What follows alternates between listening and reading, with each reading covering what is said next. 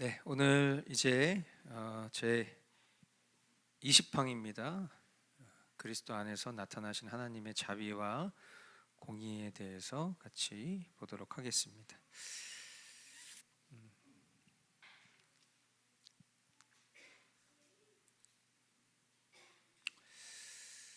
네, 먼저 우리 20방의 내용들을 같이 한번 읽어 보겠습니다. 우리는 완전히 자비로우시고 공의로우신 하나님께서 자기의 아들을 보내시어 불순종을 범한 인간의 본성을 취하게 하시고 그 동일한 본성으로 속죄하시고 그의 가장 고통스러운 고난과 죽음을 통해 죄에 대한 형벌을 담당케 하셨음을 믿습니다. 그러므로 하나님께서는 당신의 아들에게 우리의 죄악을 담당케 하심으로써 당신의 공의를 나타내셨으며 죄로 말미암아 멸망을 받을 우리에게 당신의 선하심과 자비하심을 쏟아 부어 주셨습니다.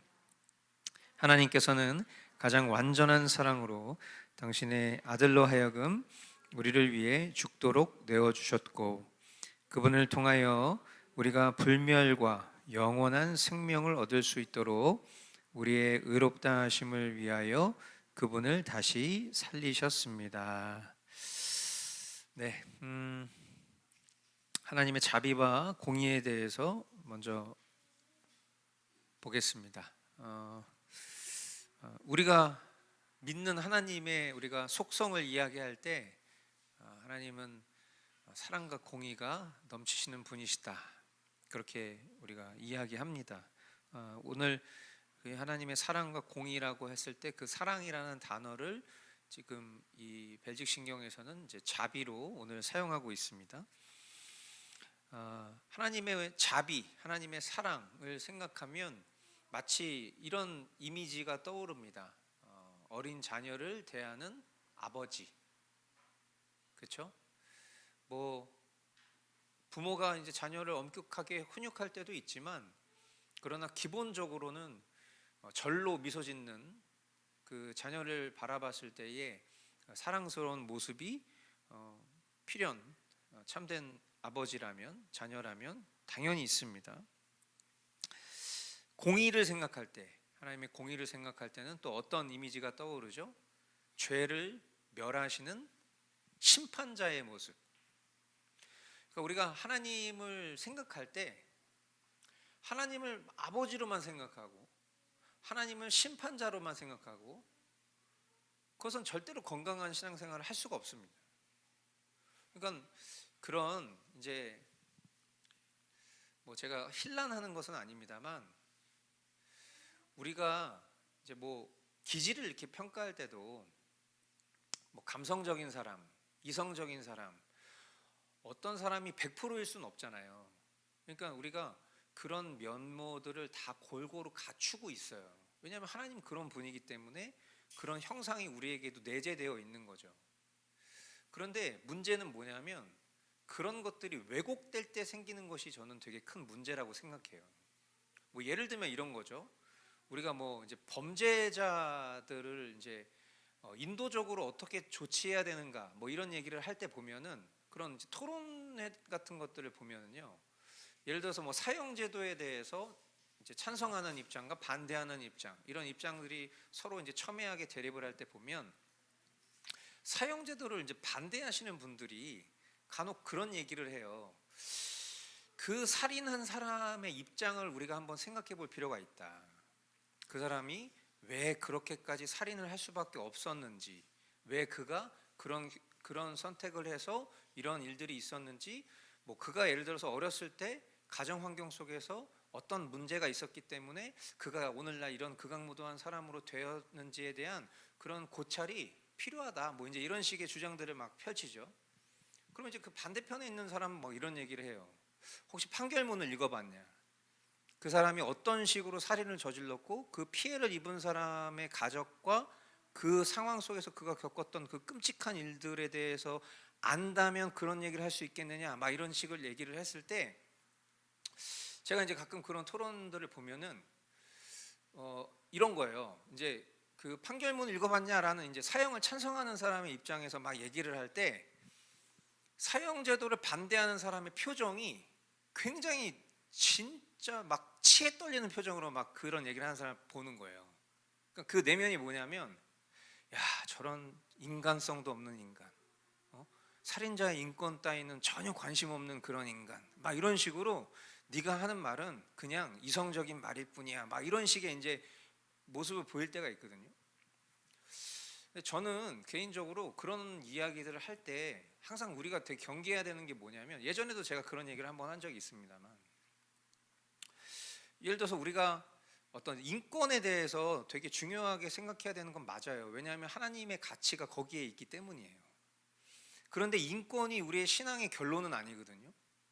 그런데 가끔 이런 어떤 사리 분별이 잘 안 되거나 아니면 어떤 가치에 대해서 신본적인 가치와 인본적인 가치가 혼재됐을 때 그것을 분리할 수 있는 능력이 없으면 사람들은 대부분 어떤 식의 평가를 내리냐면, 예를 들어서 지금 오늘날 우리가 신앙생활 할 때 복음주의자들이 끼치는 부정적인 영향 중에 제일 큰 영향이 바로 이런 거거든요. 하나님의 공의를 되게 철저하게 분리시키고 배격하고 밀어내버려요. 그리고 하나님 무조건 사랑의 하나님으로 인식하게 만드는 거예요. 조금 이따 얘기하겠지만 그게 초대 기독교에서 마르시오니즘이 가지고 있었던 아주 대표적인 이단 사상으로부터 출발한 사상들이에요. 그래서 뭔가 구약의 하나님은 공의의 하나님, 신약의 하나님은 사랑과 자비의 하나님, 이런 식으로 하나님은 동일하신데 이 하나님에 대한 인식과 가치를 철저하게 사람 중심으로 선 긋는 행동. 그래서 마치 뭔가 하나님을 심판자의 모습으로 설교를 하거나 이야기를 하면, 아, 저 사람은 하나님에 대해서 모르는 사람이야. 저 사람은 하나님의 사랑에 대해서 전혀 모르는 사람이에요. 저 사람은 하나님을 무서운 심판자로 인식시키는 사람이에요. 이런 식으로 극단적으로 몰아가요. 그럼 남는 건 뭐가 남는 거예요? 딱 사랑의 하나님만 남는 거예요. 그러니까 예를 들어서 우리가 죄를 미워하고 우리의 삶 속에서 하나님 우리에게 말씀하신 그 율법의 기준 하에서 우리가 그릇된 행동과 생각을 하거나 잘못을 했을 때 그것으로부터 뉘우칠 수 있는 힘은 그 죄책감을 통해서, 오늘도 우리가 설교를 통해서도 말했지만 그 죄책감을 통해서 하나님을 의존할 수밖에 없게 만드는, 그래서 실상 우리가 그 공의의 하나님 앞에 섰을 때 아무런 구원받을 자격과 기준이 없다라는 것을 인식했을 때로부터 오는 절망감, 거기서 하나님의 사랑을 기대고자 하고 그것을 갈망하고자 하는 마음이 비롯되는 것인데 이게 없는 거예요.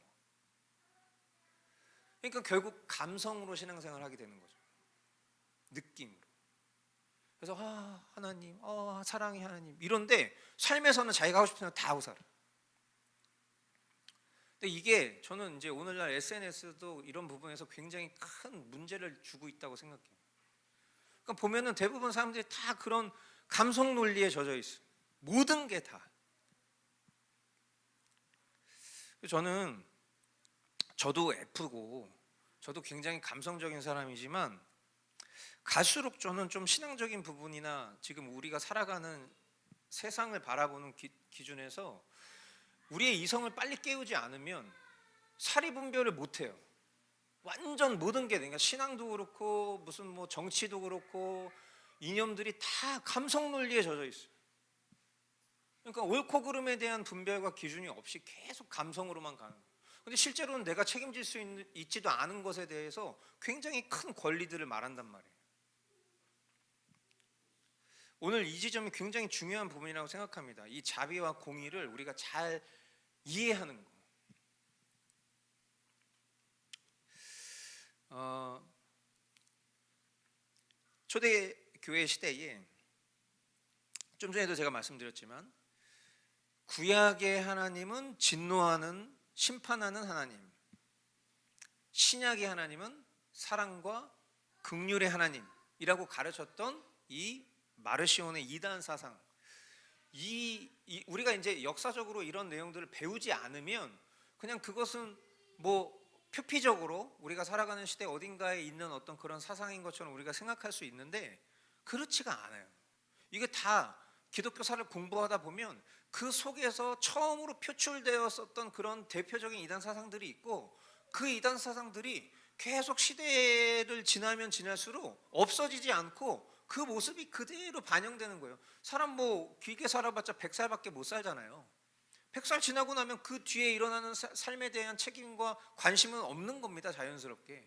근데 사람이라는 게 이 본질상 죄성이 있기 때문에 그 본질상 죄성을 가진 인간들의 면모와 모습들은 똑같아.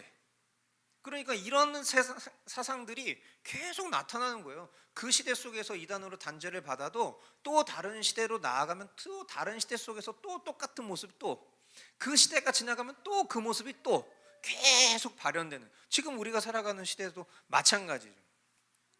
그러니까 이런 어떤 구약의 하나님과 신약의 하나님을 다른 분으로 생각하거나 뭐 별개로 생각하게 만드는 어떤 이런 것들은 절대로 성경적인 가르침이 아니다라는 거.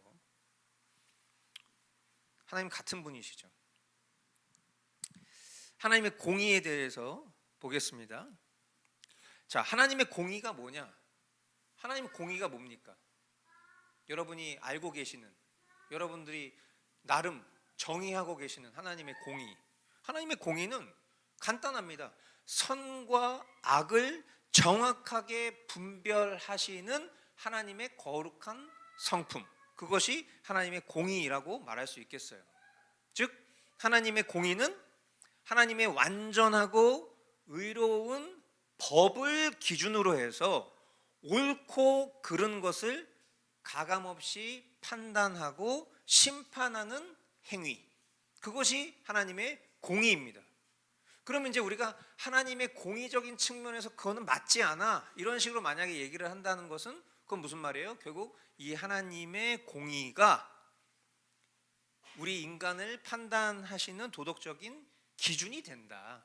그런 측면에서 우리는 그 하나님의 공의적인 차원에서 그것은 옳지 않아 라고 말을 할 수 있어야 되는 거예요. 왜? 하나님을 믿는 사람이라면 하나님의 공의에 적합하지 않다면 그것이 우리를 교훈하는 측면에서 바르지 않다라는 것을 분별할 수 있는 기준이 되기 때문이죠. 그러니까 하나님의 백성이라면 우리가 마땅히 하나님의 성품인 하나님의 선과 사랑을 행해야 하는 것처럼 마찬가지로 하나님의 백성들이 당연히 행해야 될 공의를 실행할 때에도 그것을 가르쳐야 된다는 것입니다.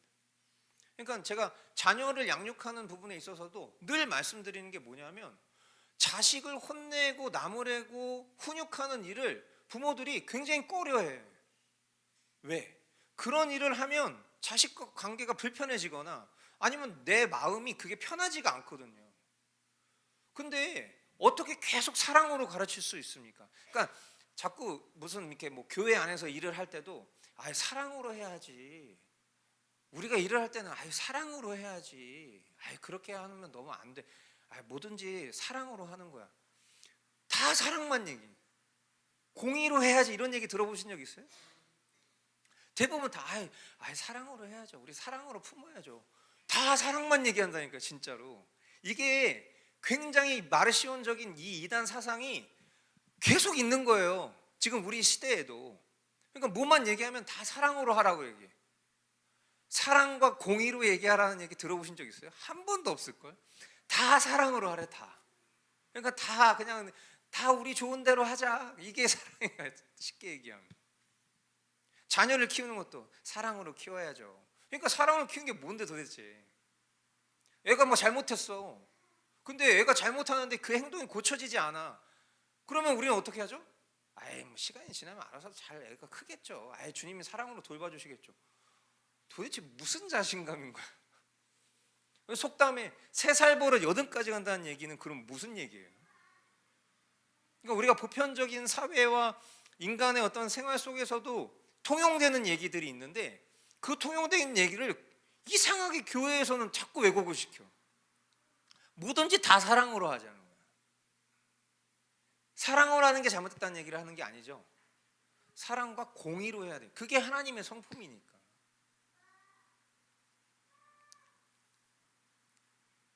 그래서 공의는 하나님의 의로우심을 나타내거나 또 하나님의 백성들의 올바른 어떤 마음 자세나 삶의 태도를 강조할 때 주로 사용이 되는 것입니다. 그러니까 우리는 이 모든 것들을 복합적으로 사용해야 되기 때문에 하나님의 공의와 사랑을 이야기할 때는 항상 함께 얘기해요. 하나님의 사랑만 얘기하고 하나님의 공의만 얘기하고 절대 그래서는 안 돼요. 하나님의 사랑과 공의는 늘 항상 함께하는 것이다.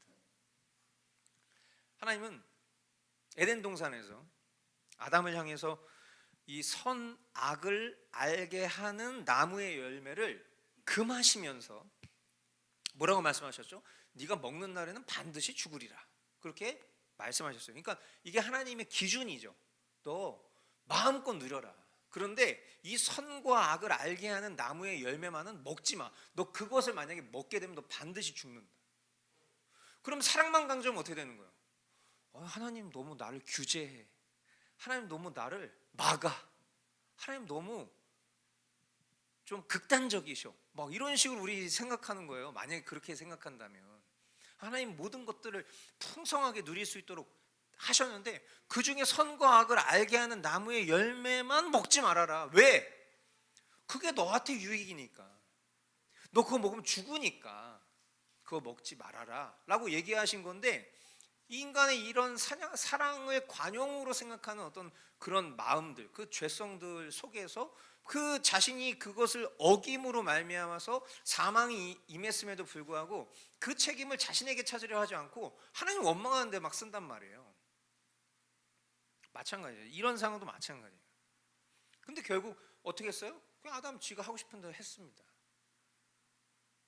그래서 결국은 죄를 범했고 그 범한 죄의 책임, 죄책으로 인해서 죽을 존재가 된 거예요. 그럼 그 책임 누구에게 있는 거예요? 사람에게 있는 거죠. 그게 하나님의 공의인 거예요. 그러니까 죄를 지은 사람은 죽어야 하는 거, 그게 하나님의 공의인 거예요. 공의는 당연히 받아야 할 벌을 받는 거. 그러니까 우리가 살아가는 시대를 평가할 때 공정과 상식이 무너졌다 이렇게 말합니다. 그러니까 쉽게 얘기하면 공의가 무너진 거예요. 모두가 공통적으로 의라고 말하고 있는 그 공의가 사라진 거예요. 그러니까 예를 들어서 우리가 축구 경기를 하는데 축구 경기는 심판이 있습니다. 그래서 경기를 할 때마다 양 팀이 서로 합의된 규칙 속에서 경기를 해요. 그런데 만약에 심판이 공정하지 않아요. 그럼 그 경기가 공정하게 치러질 수 있겠어요? 당연히 아니죠. 예를 들어서 대한민국하고 브라질하고 경기를 한다고 칩시다. 근데 브라질은 옵사이드가 없어. 근데 한국은 옵사이드가 있어. 그러면 그 경기를, 제대로 된 경기를 치를 수 있겠어요? 당연히 없겠죠. 그러니까 뭔가 이런 기울어진 경기장 속에서 경기를 하는 것 자체가 잘못됐다라는 것을 모든 사람이 인식해도 그것에 대해서 항변할 수 없다. 그러면 그것이 공정과 상식이 무너진 개념인 거잖아요. 지금 이제 여기서 말하고 있는 것도 사실 그런 측면에서 우리가 부당하다고 생각할 이유가 하나도 없습니다. 하나님의 공의를 만족시키기 위해서 결국 우리는 다 죽어야 되는 게 맞는 거예요. 왜? 죄를 범했기 때문에. 만약에 죄를 범했는데 누구는 죽고 누구는 안 죽어요. 그게 공정한 겁니까? 그게 아니잖아요. 그러니까 결국 우리 모두가 다 죽어야 되는 거예요. 그래서 회개의 신앙 고백은 이렇게 말합니다. 하나님께서 자기의 아들을 보내시어 불순종을 범한 인간의 본성을 취하게 하시고 그 동일한 본성으로 속죄하시고 그의 가장 고통스러운 고난과 죽음을 통해 죄에 대한 형벌을 담당케 하셨음을 믿습니다. 이렇게 그래서 고백을 하는 거예요. 하나님의 아들이 우리가 받을 형벌을 대신 받아서 죄를 속하기 위해서는 우리의 본성을 취하고 이 세상으로 오셔야만 했다. 성육신 하셔야만 했다라는 것이죠. 하이데베르크 제5주일 12문답 이렇게 설명하고 있습니다. 제가 문항을 읽으면 여러분이 답을 읽으시면 되겠습니다. 하나님의 의로운 심판에 의해 우리는 이 세상에서 그리고 영원히 형벌을 받아 마땅한데 어떻게 이 형벌을 피하고 다시 하나님의 은혜를 입을 수 있겠습니까?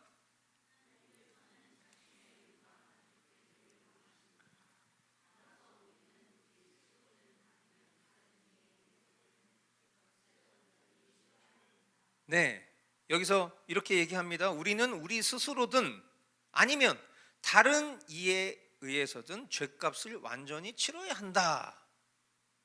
그런데 우리가 잘 알다시피 우리는 원죄로 말미암아 이미 죄인입니다. 동시에 전적으로 부패하여서 날마다 죄를 지음으로써 죗값을 오히려 더 크게만 만들고 있는 존재이기 때문에 우리 스스로는 하나님의 공의를 충족시킬 수가 없습니다.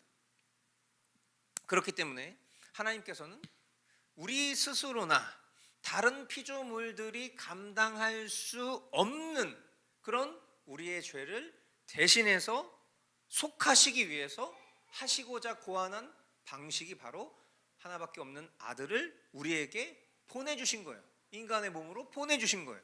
이것에 대해서 오늘 이 벨직 신앙 고백 뭐라고 말합니까? 하나님께서는 당신의 아들에게 우리의 죄악을 담당케 하심으로써 당신의 공의를 나타내셨다, 이렇게 말하고 있어요.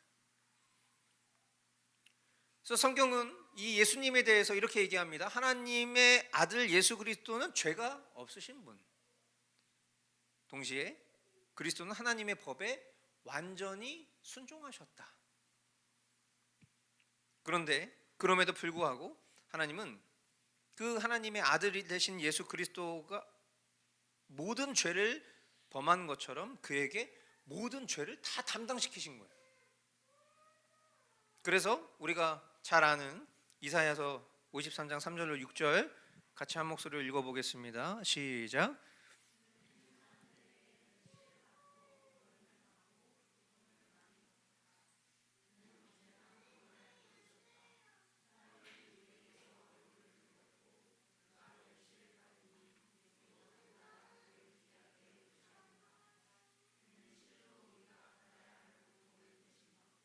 우리가 겪어야 할 슬픔을 대신 겪었다. 그러나 우리는 그가 징벌을 받아서 하나님에게 맞으며 고난을 받는다고 생각하였다. 그러나 그가 찔린 것은 우리의 허물 때문이고 그가 상처를 받은 것은 우리의 악함 때문이다. 그가 징계를 받음으로써 우리가 평화를 누리고 그가 매를 맞음으로써 우리의 병이 나았다. 우리는 모두 양처럼 길을 잃고 각기 제갈 길로 흩어졌으나 주님께서 우리 모두의 죄악을 그에게 지우셨다. 아멘. 그러니까 이 말씀을 이제 지금 우리가 보편적인 교회의 절기 속에서는 사순절, 고난 주간, 그죠? 그때마다 이제 이 이사야서 말씀을 우리가 굉장히 많이 묵상하잖아요. 막 그가 찔림은 막 하면 막 이제 금식하면서 막 울고 막 그렇게 되는 그런 말씀 구절이죠.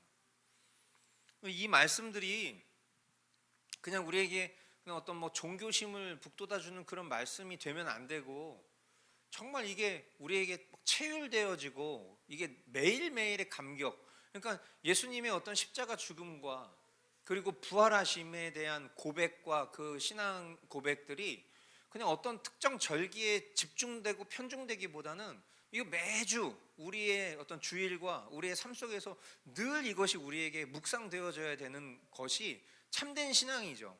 그런 측면에서 그럼에도 불구하고 이 말씀을 지금 우리가 묵상했을 때, 지금 우리가 이 하나님의 공의의 주제를 가지고 이 내용들을 살펴보면 이것은 정말 굉장한 하나님의 조치가 아닐 수 없어요. 하나님 공의가 가장 대표적으로 드러난 사건이 바로 십자가 사건입니다. 하나님께서 우리의 죄를 대신하여 십자가에서 그의 하나밖에 없는 아들에게 모든 진노를 쏟아부으셨습니다. 그러니까 십자가 사건만큼 하나님의 공의를 분명하게 보여주는 그런 사건은 없어요. 그래서 우리는 십자가 사건을 통해서 하나님께서 공의로운 분이시구나 라는 것을 알게 되는 거예요. 그러니까 하나님의 공의를 깨달을 수 있는 가장 확실한 증거는 하나님이 우리의 모든 죄책을 그 아들에게 진노를 쏟아 부으시는 것으로 우리는 하나님의 공의를 깨달을 수 있게 되는 거예요. 십자가에서 예수님의 고난과 죽음을 우리가 볼 때에 그것으로 우리는 하나님의 공의를 볼 수 있어야 돼요. 만약에 하나님이 사랑의 하나님이셨다, 하나님은 공의가 아니라 하나님은 무조건 사랑으로만, 하나님 사랑의 하나님이다, 그러면 십자가 사건 필요가 없어요. 예수님에게 그 모든 진노를 쏟아부으실 이유가 없어요. 그냥 좋은 게 좋은 거로 가면 되는 거였던 거예요. 그럼 아마 우리 중에 그 누구도 영원한 생명에 대한 소망은 없을 겁니다. 우리 중에 누구도 천국 갈 수 없을 거예요. 그냥 만약에 하나님이 공의가 없으시고 사랑만 있다면.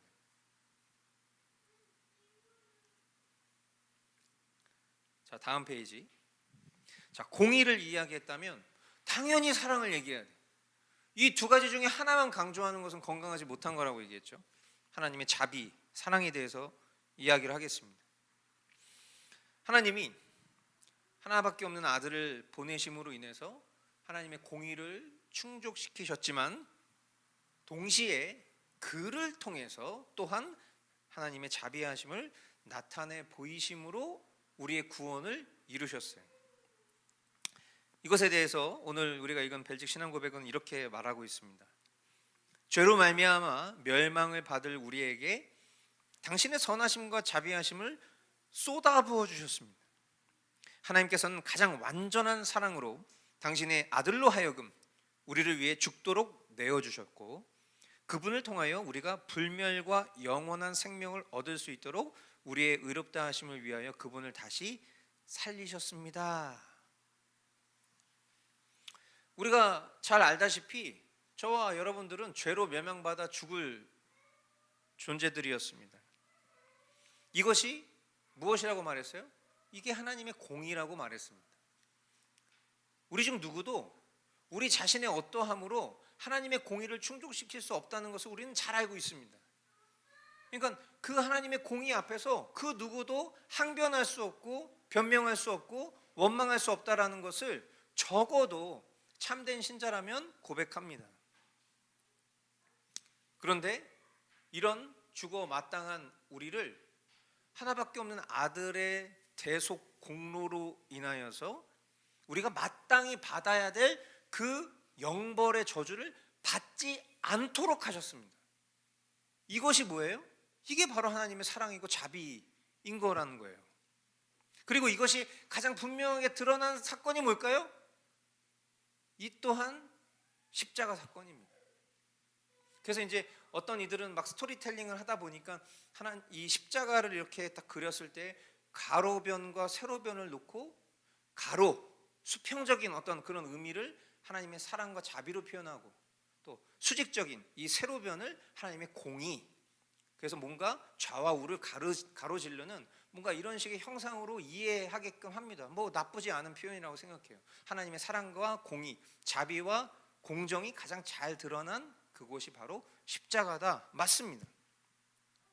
우리가 받아야 될 형벌을 하나님의 아들 예수 그리스도께서 대신 받으심으로 우리로 하여금 죄 때문에 받아야 될 그 멸망으로부터 벗어나게 하신 것, 그게 바로 십자가입니다.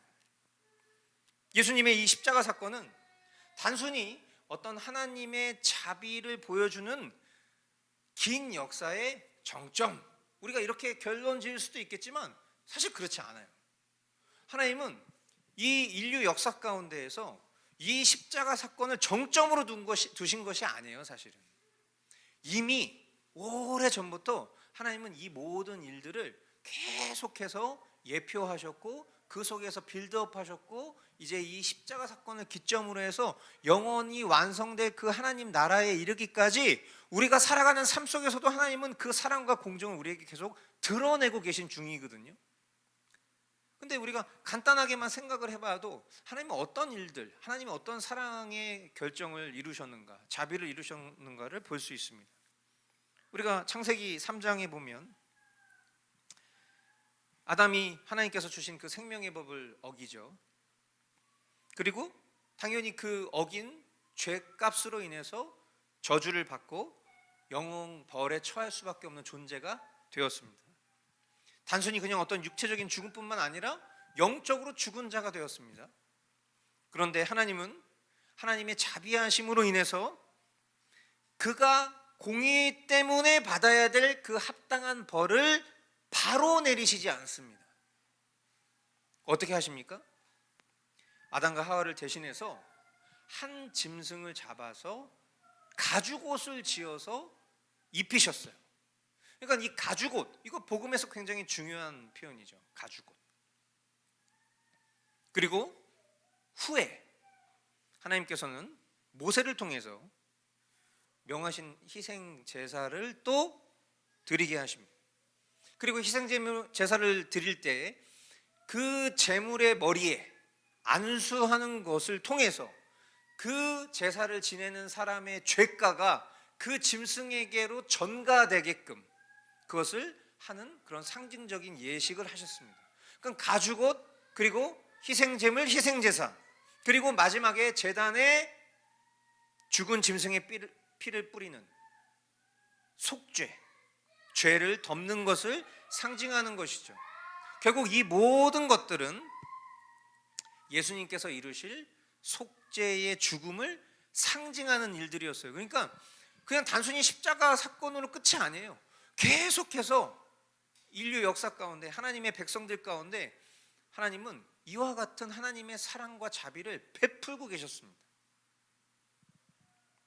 그래서 세례 요한은 예수님을 가르쳐서 뭐라고 말했죠? 세상 죄를 지고 가는 하나님의 어린 양. 그리고 예수님이 십자가에서 숨을 거두실 때 뭐라고 말씀하십니까? 다 이루었다.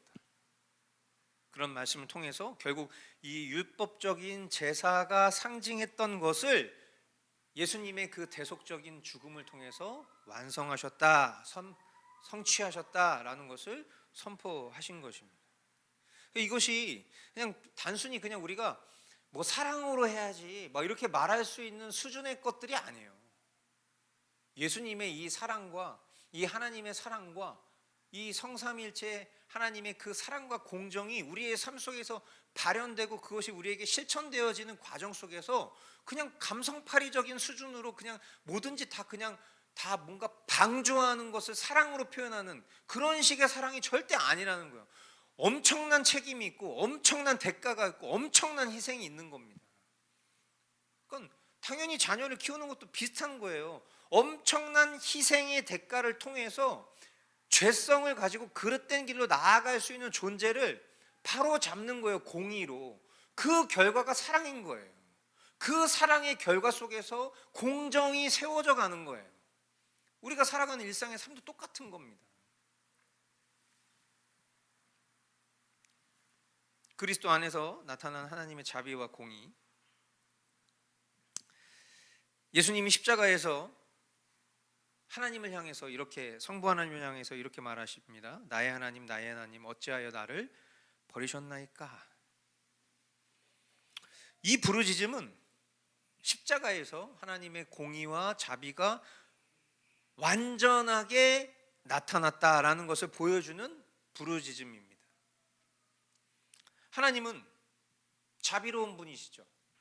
하나님은 사랑의 하나님이시기 때문입니다. 그러나 하나님의 사랑과 자비는 하나님의 공의를 잊어버리게 만들지 않습니다. 그러니까 우리가 하나님의 사랑을 묵상한다면 당연히 하나님이 공의의 하나님이라는 것도 우리에게 인식이 됩니다. 하나님의 공의를 묵상할 때 당연히 그 공의의 묵상은 하나님이 사랑이시다는 것을 묵상하게 만듭니다. 이 두 가지는 동전의 양면과도 같아서 항상 우리에게 두 가지를 함께 묵상하게 만들어줍니다. 만약 하나님의 자비가 없었다, 그렇다면 우리에게 구원이란 없었을 것입니다. 또한 하나님의 공의가 없었다면 마찬가지로 예수 그리스도의 십자가 사건이 없었을 겁니다. 결국 십자가 사건은 하나님의 자비와 공의를 동시에 보여주는 사건. 도르트 신조 둘째 교리 제1항과 2항이 이렇게 말하고 있습니다. 하나님께서는 지극히 자비로우실 뿐 아니라 또한 지극히 공의로우시다. 그리고 하나님의 공의는 바로 하나님께서 말씀에서 자신을 계시하신 대로 그분의 무한하신 위엄에 거슬러 범한 우리의 죄들을 현세와 내세에 몸과 영혼에 반드시 형벌로 벌할 것을 요구한다. 하나님의 공의가 만족되지 않고서는 우리는 이러한 형벌을 피할 수 없다. 하지만 우리는 스스로 그 만족을 이룰 수 없으며 우리 자신을 하나님의 진노에서 건져낼 능력도 없다. 그래서 하나님께서는 그분의 무한하신 자비로 자기의 독생자를 우리의 보증으로 주셔서 우리를 위하여 그리고 우리를 대신하여 죄로 삼으시고 십자가에서 저주를 받은 바 되게 하사 우리를 위하여 하나님의 공의를 만족하게 하시기를 기뻐하셨다.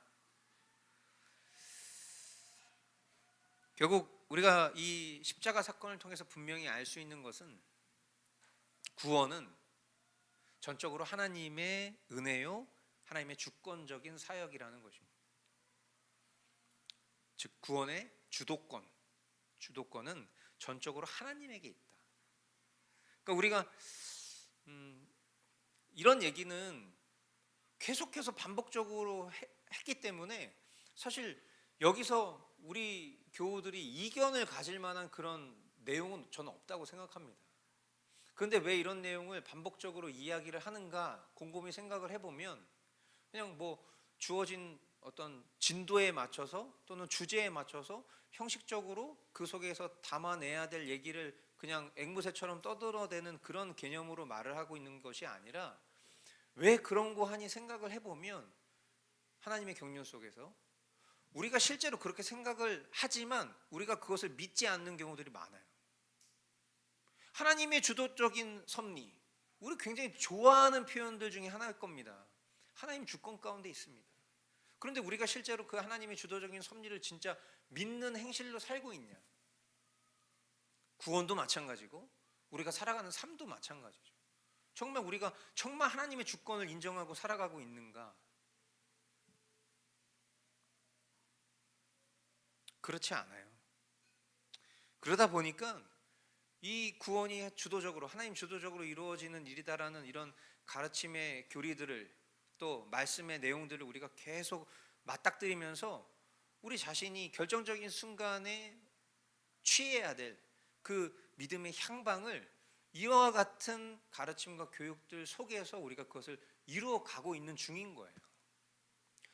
그러니까 여러분들이 이제 교제하시는 분들 중에 다른 신앙을 가지고 계신 분들이 있을 거라고 저는 생각해요. 그러니까 뭐 출신 성분이나 아니면은 어떤 그러니까 다른 교회를 다니고 우리가 아무리 뭐 같은 신앙 안에서 신앙생활을 하는 것 같지만 얘기 몇 마디 좀 나눠보면 턱턱 걸리는 순간들이 있습니다. 근데 그 턱턱 걸리는 순간들 보면은 되게 아까 얘기했었던 것과 같은 그런 비슷한 결의 내용들이 되게 많이 등장해요. 그러니까 저도 제 주변에서 신앙생활하는 분들이랑 만나서 얘기를 하다 보면 턱턱 걸려. 근데 그게 단순히 그냥 내가 뭔가 우월적인 신앙생활을 하거나 아니면 내가 뭔가 교리적으로 그분들보다 탁월하고 더 많은 것을 알고 있거나 그런 것과 전혀 상관없는 것들이에요. 대부분 진리는 아주 고독하고 담대하고 날카롭습니다. 심플해요.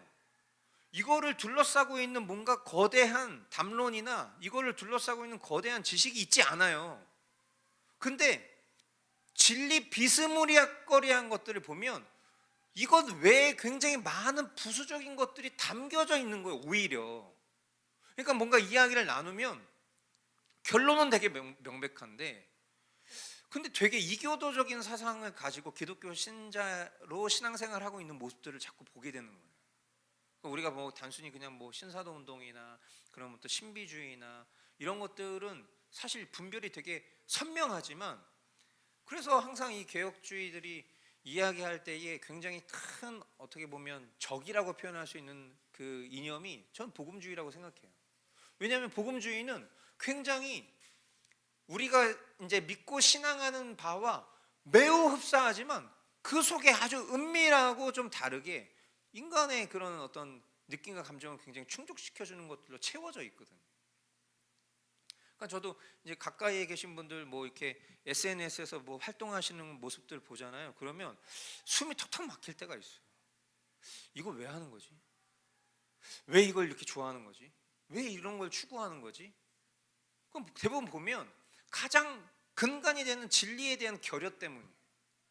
그러니까 내가 신앙생활하는 교회에서 내가 신앙하고 배우고 지도해야 될 그 목사로부터 받는 공급이 참된 진리와 좀 다른 것들이 많으면 대부분 사람들 어떻게 하냐면 자꾸 여기저기 기웃기웃거려. 여기도 가고 저기도 가고 저 사람 설교도 듣고 저 사람 얘기도 듣고 이 사람 책도 보고 이 사람 책도 보고 짬뽕이 되는데 그거를 필터링할 수 있는 인덱스가 없는 거예요. 그러니까 자기가 하는 말이 이 말이랑 이 말이 충돌되는지도 모르는데 그거를 막 홍보해. 그러니까 저는 이게 과연 그냥 아유 뭐 사랑으로 다 감싸줘야죠. 뭐 그런 모습도 있는 거고 저런 모습도 있는 거죠. 이래야 될 영역인 건지 아니면 교제에 대한 분별이 필요한 건지 저는 그런 부분에서 늘 항상 갈등이 있습니다.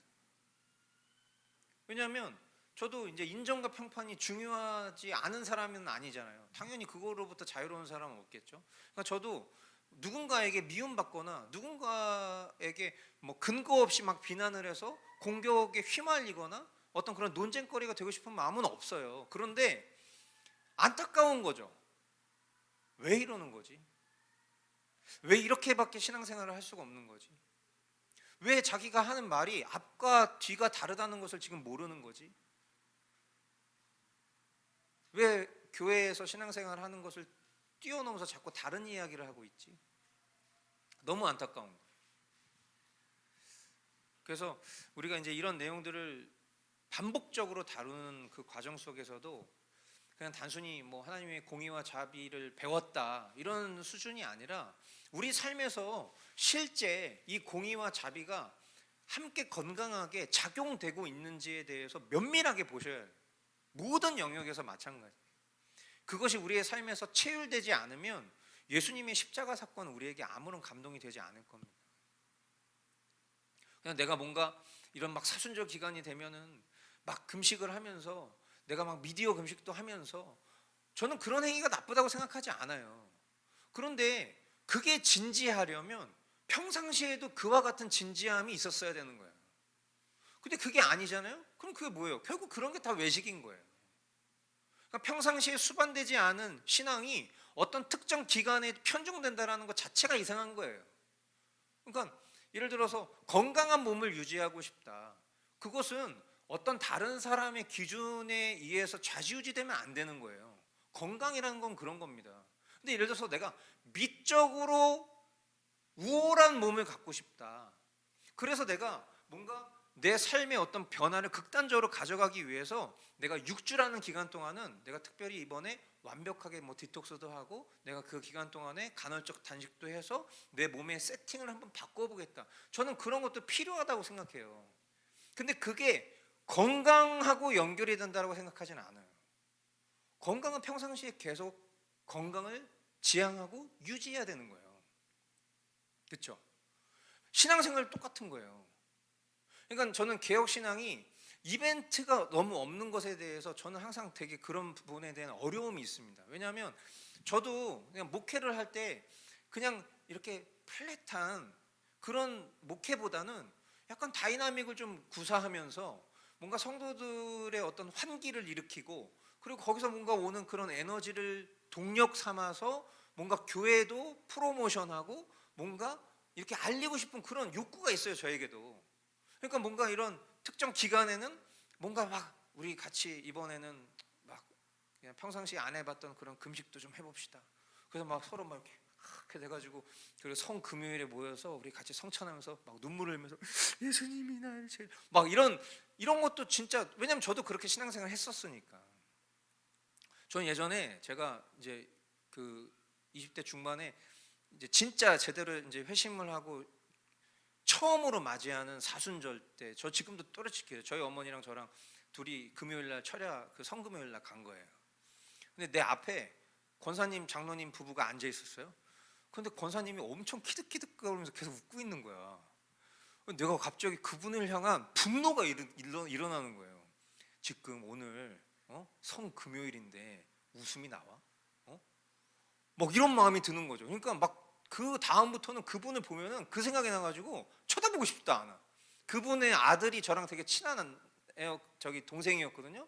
뭐 그 자식도 미워 보이더라고 막 그럴 정도로. 이게 건강한 겁니까? 누가 봐도 건강하지 않은 거지. 이게 편중된 어떤 그런 극단적인 감정 논리의 신앙생활이라는 것이 주는 패단 이런 것들이에요. 그러니까 평상시에 우리가 예수 그리스도의 십자가, 예수 그리스도의 그 고난과 부활, 이런 것이 항상 우리에게 내재돼서 그 속에서 그 감격과 거기서부터 나오는 그 성령의 감동으로 우리가 신앙생활을 해야 되는데, 자꾸 뭔가 이런 의식적인 거, 뭔가 이런 감정적인 거, 뭔가 이런 행사 위주, 뭔가 이렇게 자꾸 편중되게 신앙생활을 하니까 그때가 아니면 아무것도 안 해도 된다는 생각을 하는 거예요. 그러니까 특정 기간에 다이어트 했으니까 다이어트 끝나면 뭐 해야 돼? 그때부터 내가 먹고 싶은 거 다 먹어야 되는 거예요. 그럼 다이어트 하는 의미가 나중에는 결과적으로 없어지는 거예요. 건강을 유지하는 것은 늘 평상시에 뭐 때로는 절제도 하고 때로는 관용도 베풀고 이런 것들이 자연스럽게 우리 삶 속에서 그 패턴, 라이프 스타일이 돼야 되는 건데, 어떤 특정한 기간에 막 이렇게 하고 절대 그건 좋은 효과가 될 수가 없어요. 우리의 신앙은 마찬가지라는 거예요. 그러니까 뭔가 되게 단조로워 보이는 것 같아도 그 단조로움 속에서 우리가 그 본연의 의미들을 계속해서 그때그때마다 주시는 어떤 그런 하나님의 은혜의 방편들을 우리가 활용함으로 인해서 그것을 경험하고 누릴 수 있는 것이, 그게 건강한 신앙생활이 될 수 있다는 거예요.